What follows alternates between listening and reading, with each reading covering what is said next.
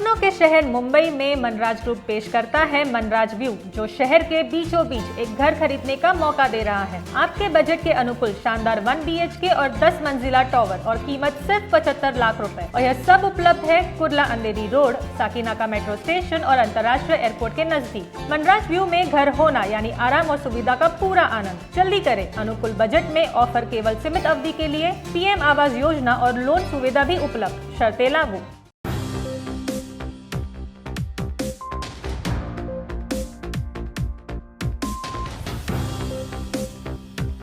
DRB news में आप सभी का स्वागत है। मैं हूं सैयद सलमान और आज हम एक ऐसे विषय पर बात करेंगे जो नौजवानों से जुड़ा हुआ है। सिर्फ नौजवान ही नहीं, इसकी जद में कई अधेड़ भी हैं, लेकिन इस विषय पर बहुत सारे काम हो रहे हैं, लेकिन जितना काम होना चाहिए वह नहीं हो पाता है। उसके कई कारण हो सकते हैं, उन कारणों पर हम चर्चा करेंगे, उसके इलाज पर चर्चा करेंगे और कई चीज़ों पर हम बात करेंगे। और एक ऐसे विषय पर जो है नशे से जुड़ा हुआ, नशे की जद में आया हुआ नौजवान इस देश के लिए कितना नुकसानदेह है, इस विषय पर बात करेंगे। और ऐसे नाजुक विषय पर बात करने के लिए हमारे साथ डॉक्टर सलीम खान साहब मौजूद हैं। डॉक्टर सलीम खान साहब, आपका बहुत बहुत स्वागत है। हम बात कर रहे थे कि नशा नौजवान ही है, नहीं सिर्फ अधेड़ भी इसमें है जी, कई लोग हैं जी। और जब नशे की जद में आते हैं तो ये पूरी तरह से न सिर्फ समाज को बल्कि पूरे देश को और खोखला कर देते हैं। परिवार पर क्या बीतती है वो तो हम देख ही रहे हैं जी। तो ये नशे की लत से छुटकारा दिलाने के लिए क्या किया जाना चाहिए? बहुत सारे सेंटर्स वगैरह हैं, उस पर तो बात आप करेंगे ही, तो क्या एक संक्षेप में अगर कहें तो क्या कहेंगे? सबसे पहले तो हमें समझना चाहिए कि नशा होता क्या है। आज जो ये जनरेशन है, नशा एक दवाओं का तो होता ही है। हम किसी भी चीज़ को जब ज़्यादा लेते हैं तो वो एक तरह का नशा। अगर हम ज़्यादा खाना खाने लगते हैं तो हमारी बदन फूंकने लगती है, हमें तकलीफ़ होती है। हम जब प्रैक्टिस में आए हैं तो 20-22 साल से ये देख रहे हैं कि जो एक हमारी अवाम, हमारी पब्लिक है, उनको पता नहीं ये कहाँ से ये मिल गया कि दवाओं का ओवरडोज करने से उनको एक तरह का नशा आता है।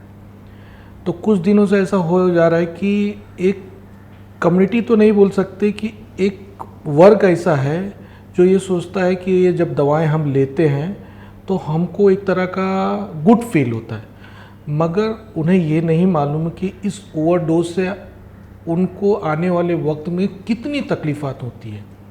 जैसे आप एक मिसाल लेंगे कि कोई खांसी की दवा है, हम उस पर जब प्रिस्क्राइब करते हैं तो ये लिखते हैं कि आपको 5 ml दिन में 3 टाइम और इतने दिन लेना है। मगर जब पेशेंट उसका डोज ज़्यादा लेने लगता है तो वो दवाएं काम नहीं करती हैं।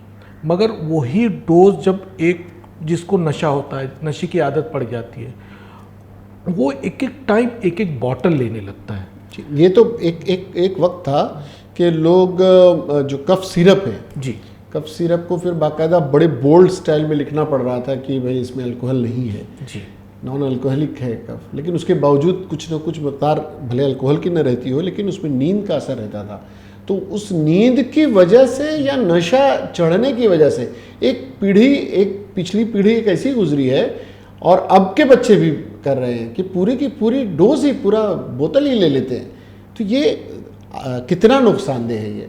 एक्चुअली सर होता है कि कोई भी कफ सिरप है वो एक अटैक करता है हमारे दिमाग को जाके, मगर उसका हमारे मेडिकल टर्म में एक डोज बताया जाता है कि इतना अगर डोज देंगे तो ये सफिशिएंट है और पेशेंट को फ़ायदा होता है। जब वो डोज लेते हैं तो पेशेंट ट्रंकुलाइज हो जाता है, उसका दिमागी जो सोच होती है वो ख़त्म हो जाती है। तो पेशेंट को वो चीज़ अच्छी लगती है तो फिर उसका वो एक आदी हो जाता है, मगर उसको ये नहीं पता चलता है कि मैं इस चीज़ का आदी हो गया हूँ और आने वाले वक्त में मुझे इसकी कितनी तकलीफ़ होने वाली है। तो एक वक्त के बाद वो एक एक बॉटल एक एक टाइम लेता है और लेने के बाद 24 आवर्स उसको पता ही नहीं था कि उसके साथ क्या हो रहा है। तो ये एक बहुत बड़ा सामाजिक मसला हो गया है। डॉक्टर तो इसमें इन्वॉल्व हैं ही हैं, पेशेंट को कन्विंस करते हैं, समझाते हैं, मगर अगर हम इसमें अवेयरनेस नहीं पैदा करेंगे लोगों को कि बाबा ये चीज़ नुकसानात है, इसका ज़्यादा ओवरडोज आप जब लेंगे तो आपको आने वाले वक्त में आपकी बॉडी में ये चीज़ हो सकती है। आपका समझो सीएनएस सिस्टम फेल हो सकता है, आपकी हार्ट फेल हो सकता है, किडनी की देखिए कितनी तकलीफ आ रही है। तो ड्यू टू जब उनकी हिस्ट्री हम लेते हैं तो पता चलता है कि ये पेशेंट लॉन्ग टाइम से कुछ ऐसे ड्रग्स, ऐसे मेडिसिन, जिसको ड्रग मतलब बोलो या मेडिसिन बोलो, वो लॉन्ग टाइम से ले रहा है, तो जाके इसको ये तकलीफ होती है। तो ये सिर्फ वही दवाइयाँ नहीं, इसके अलावा भी बहुत सारी दवाइयाँ हैं जिनमें शायद डॉक्टर्स इसलिए देते हैं, आप बेहतर बता सकते हैं कि भाई उससे थोड़ी दिमागी थकन दूर हो जाए, जिस्म को थोड़ा सा आराम मिले, बॉडी टेम्परेचर को डाउन करने के लिए, ये मेडिकल टर्म्स में आप बेहतर समझा सकते हैं, उस तरह के प्रिस्क्रिप्शंस लिखे जाते हैं। उसको भी दवा को जहर बनाकर लोग इस्तेमाल कर रहे हैं। तो वही कहना मेरा कि लोगों में अभी अवेयरनेस नहीं आ रही है कि अगर एक डॉक्टर जब हमारे पास, एक पेशेंट हमारे पास आता है जो ये कहता है कि मुझे एंजाइटी है, डिप्रेशन है, मैं काम नहीं कर पा रहा, तो हम एक लो डोज के हिसाब से वो पेशेंट को लिख के देते हैं और प्रिस्क्रिप्शन पे ये भी लिखते हैं कि आपको ओनली फॉर 10 डेज लेना है, एक ही स्ट्रिप आपको प्रिस्क्रिप्शन। मगर होता क्या है कि हम पेशेंट की कंडीशन के हिसाब से हमने लिख के दिया, मगर पेशेंट उस चीज़ को समझ नहीं पाता है। वो एक स्ट्रिप लिया, उसको फ़ायदा हुआ, उस चीज़ से वो निकल गया, उस एंजाइटी से निकल गया, मगर लाइफ जब चेंज होती है, थोड़ा कुछ होता है, फिर वो प्रिस्क्रिप्शन लेकर भागता है। हमने उसको 2.5 mg लिखा है, वो आगे चल के 5 mg लेता है, 10 mg, वो उस चीज़ का आदि हो जाता है उसे। हम इसीलिए हम प्रिस्क्रिप्शन पे हम लिखते हैं कि आप only for 10 day only 1 strip. हमको उसका नुकसानात मालूम रहता है कि ये दवा अगर लॉन्ग टर्म में पेशेंट लेगा तो उसको तकलीफ होगी। तो ये तकलीफ भी बताइए कि किस तरह की तकलीफें आती हैं। तकलीफ जब पेशेंट उस चीज़ को लेना शुरुआत करता है तो उसको एक अच्छी चीज़ लगती है, उसका एक समझ लीजिए कि वो लेने के बाद उसको लगता है कि एवरीथिंग मेरे लिए राइट है, और वो अपने जो बेसिक काम है उन चीज़ों को भूल जाता है। और जब वो एक चीज़ डॉक्टर 10 दिन बोलता है, हर एक की ज़िंदगी में तकलीफ़ात आती है, जी। हर एक आदमी की ज़िंदगी में डिप्रेशन आता है, एंजाइटी होती है, हर टाइम दवाओं की ज़रूरत नहीं होती, उसकी काउंसलिंग की ज़रूरत होती है। मगर डॉक्टर एक वक्त पे आने के बाद दवाएं थोड़ी सी प्रिस्क्राइब करता है, मगर उस पर लिखता है कि आप 10 ही दिन लीजिए, 5 दिन। तो जो अच्छे क्लास ऑफ जो एजुकेटेड पेशेंट है वो चीज़ को समझते हैं, मगर जो एक पेशेंट नहीं समझ पाता है फिर उसका वो आदी हो जाता है, और जब वो आदी हो जाता है तो उसके बिहेवियर में चेंज आती है, वो अपने फैमिली को नुकसान पहुंचा सकता है, समाज को नुकसान पहुंचा सकता है, उसके बाद तो वो खुद अपने आप को भी नुकसान पहुंचाता है। ये दवाइयों की ओवरडोज की बात हुई, दवाइयाँ तो खैर ये दवाइयों तक फिर भी गनीमत है जी, गनीमत तो बिल्कुल नहीं है, नशा तो नशा ही है, नशा तो लेकिन जो ये नौजवान पीढ़ी एमडी ड्रग्स हैं और पता नहीं कौन कौन से चरस है, गांजे है, नौजवान पीढ़ी दबाव में, तनाव में, कौन सा ऐसा उनके ऊपर आफत आ पड़ी है कि उस दबाव में है, कहते हैं कि बहुत तनाव है। किस तरह का तनाव है, ऐसा क्या तनाव है? एक्चुअली मैंने समझा है इतने सालों में और देखा है कि कोई इंसान दबाव में नहीं, एक शुरुआत होती है। कहते हैं ना कि हमारे बड़े बुजुर्ग कहते हैं कि भाई अच्छे लोगों में बैठो, मगर कभी इंसान किसी ऐसे जगह पे पहुंच जाता है जहां उसकी जगह नहीं होती है, मगर जब उनके ग्रुप में वो बैठता है तो लोग उसको, जो इंसान इससे पीड़ित होता है, जो ये नशा करते रहता है, वो आपको ऑफ़र करता है। वो तो सोचता है कि भाई मैं तो हो गया, मेरा तो एक वक्त आ गया, मैं तो, उसको सब पता रहता है, फिर वो आपको ऑफ़र करता है। आपको अगर उस चीज़ का नॉलेज नहीं रहता है तो आप वो लाइफ में कहीं पे डिप्रेशन आपको आया, तकलीफ़ आई, तो आप उन चीज़ों का इस्तेमाल शुरुआत करते, तो उसकी कही हुई बातें आपको सच्चाई लगती है। अच्छा, फिर उसके ट्रैप में आ जाते हैं। ट्रैप में आ जाते हैं आप, फिर वो आपकी आदत सी बन जाती है। तो ये इससे छुटकारा पाने के लिए मेडिकल टर्म कितना कारगर होता है, कितना उसको इमोशनली सपोर्ट की ज़रूरत होती है, कितना समाजी तौर पर उन्हें मजबूत भीतर से आंतरिक रूप से किया जाना चाहिए, इसके लिए क्या किया जा सकता है?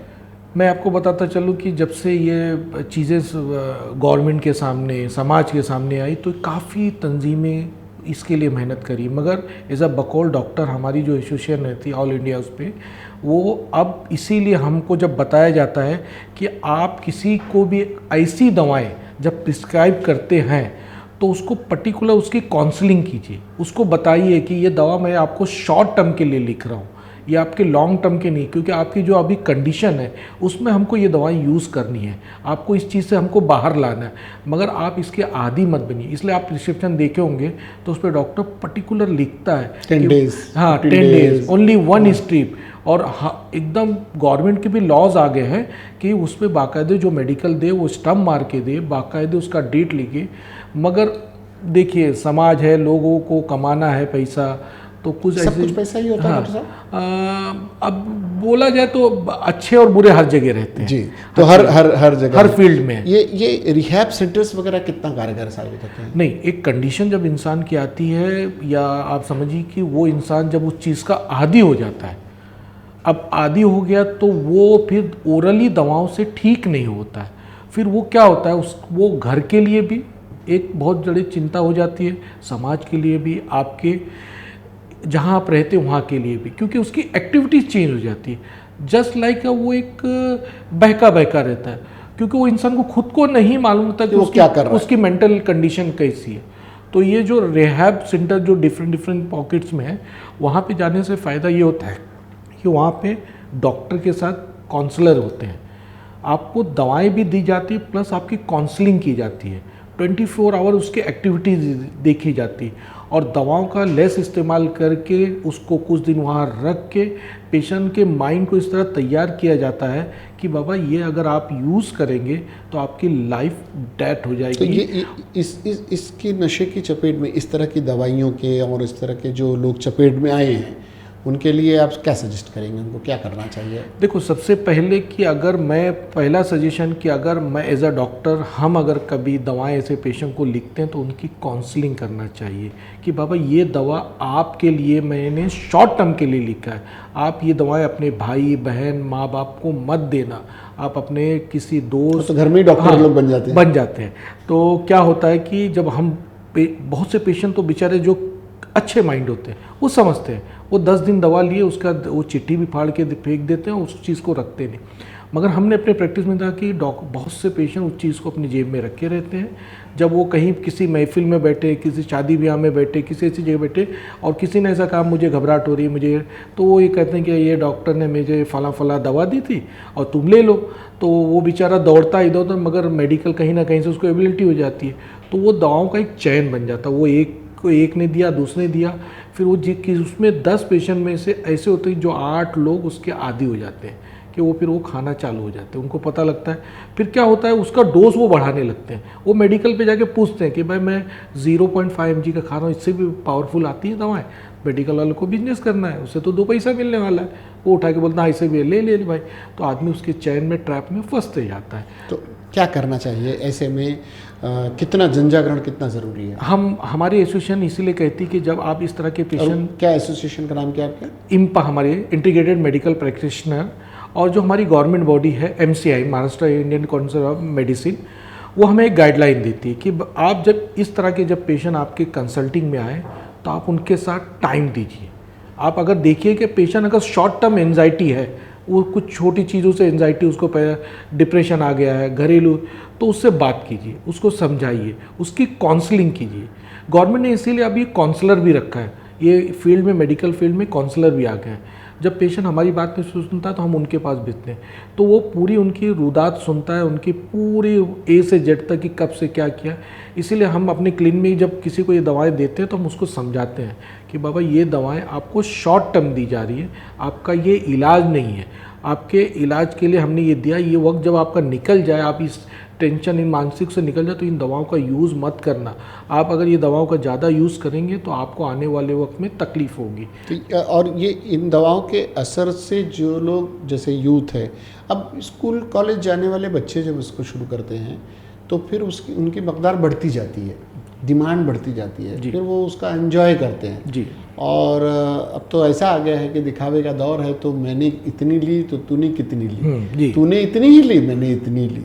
तो जब ये दौर अगर आ जाए तो उनकी काउंसलिंग के लिए स्कूलों कॉलेजेस में जो काउंसलर्स बैठते हैं, अव्वल तो ये बच्चे बताते नहीं हैं जी, घर वाले बताने से घबराते हैं। अगर जैसे आपको जिस्म में दर्द है जी, आपको सर में दर्द है, आपको सर्दी खांसी जुकाम है या कोई बीमारी है तो आप बताते हैं, लेकिन जहनी बीमार अगर आपने बता दिया कि आप जहनी रूप से थोड़ा सा मुंतशिर हैं और कोई बीमारी टाइप की है तो लोग आपको पागल समझने लगते हैं। साइकेट्रिस्ट के पास अगर आप जाकर आए तो उसको तो पागल हो गया।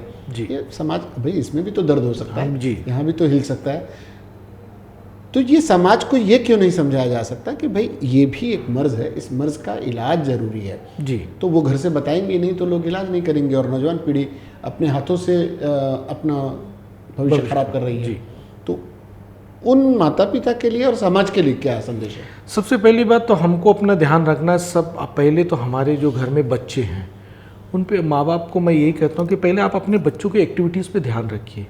आपको कहीं पे भी महसूस हो कि मेरे बच्चे की एक्टिविटीज़ में चेंजिंग आ रही है, चेंजिंग मतलब कि बच्चा कॉलेज, स्कूल या कॉलेज की लाइफ में वो नहीं जा रहा है, बच्चा जो जिस टाइम जाना चाहिए उस टाइम वो सो रहा है, और जिस टाइम शाम में जो हम कहते हैं कि पार्टियाज होती है उस टाइम वो ज़्यादा तैयार होकर कहीं निकल रहा है, तो बच्चे की जो रूटीन उस पर हमको बहुत वो ध्यान है।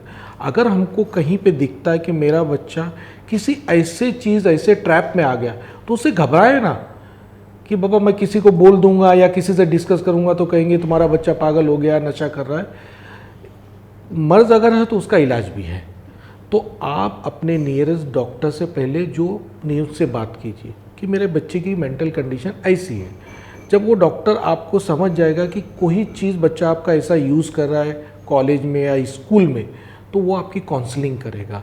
और अगर वो एक जैसे ग्रेड बोलते हैं, A grade, B grade, C grade या 1 2 3 ग्रेड के हिसाब से अगर उसको लगेगा कि ये बच्चा दवाओं से ठीक हो सकता है, क्योंकि ऑलरेडी बच्चा जब हमारे पास आता है तो उसका ग्रेड 3rd रहता है जी। क्योंकि वो माँ बाप उस वक्त आके हमको बताते हैं जब उनको लगता है हाँ, एक तो अगर लगे तो बेझिझक डॉक्टर से समाज को जागरूक होना पड़ेगा। कहते हैं ना कि डॉक्टर से और वकील से कुछ छुपाना नहीं चाहिए। तो बताने में हर्ज क्या है? अगर है तो है, अगर सही टाइम पे आप बताएंगे तो इलाज आपको मिलेगा, जल्दी आपका बच्चा ठीक होगा। क्योंकि एक वक्त के बाद जब बच्चा इसमें फुल तरह ट्रैप हो जाता है तो उसका इलाज बहुत लंबा जाता है। अच्छा, चलते चलते ये बताइए कि नौजवानों क्या कहना चाहेंगे जो इसकी चपेट में आ गए हैं, खासकर वो लोग, कम से कम पहला टारगेट हम लोग उन बच्चों को करें जो ये खांसी की दवाइयाँ और इस तरह की जो स्लीपिंग पिल्स वगैरह हैं लेकर अपने आप को तनाव मुक्त समझने की भूल कर रहे हैं, दरअसल वो तनाव में जा रहे हैं। तो इनके लिए क्या कहना चाहिए? मैं अपने क्लिनिक पे लोगों को बोलता हूँ, जब कोई मेरे पास आता है तो मैं से पूछता हूँ दारू पीते हो आप? तो बोले कि सर कभी कभी। तो मैं बोला एक चीज़ आप समझिए, दारू आप नहीं पीते हो बल्कि दारू आपको पी रही है। तो बोले सर ऐसा क्यों? मैं बोला आने वाले 20 साल के बाद आपका लीवर, किडनी सब खराब हो जाएगा, क्यों आप पीते हो इस चीज़ को? तो मेरा कहने का मतलब कि इंसान को हम लोग एज अ डॉक्टर या मैं एज अ पर्सन लोगों को बोलता हूँ कि ऊपर वाला अल्लाह मियाँ भगवान ने आपको लाइफ दिया है, तो जो लाइफ का मकसद उस चीज़ को मत भूलो। बहुत खूबसूरत लाइफ है ये। नशा आप अगर एक मरतबा छोटे या बड़ा नशा किसी चीज़ में आप पड़ गए तो उसकी वजह से सबसे पहले तो आपकी लाइफ डिस्ट्रॉय होती है। आपको समझ ही नहीं आता, जब तक आपको समझ आएगा आपकी एक ज़िंदगी निकल जाएगी।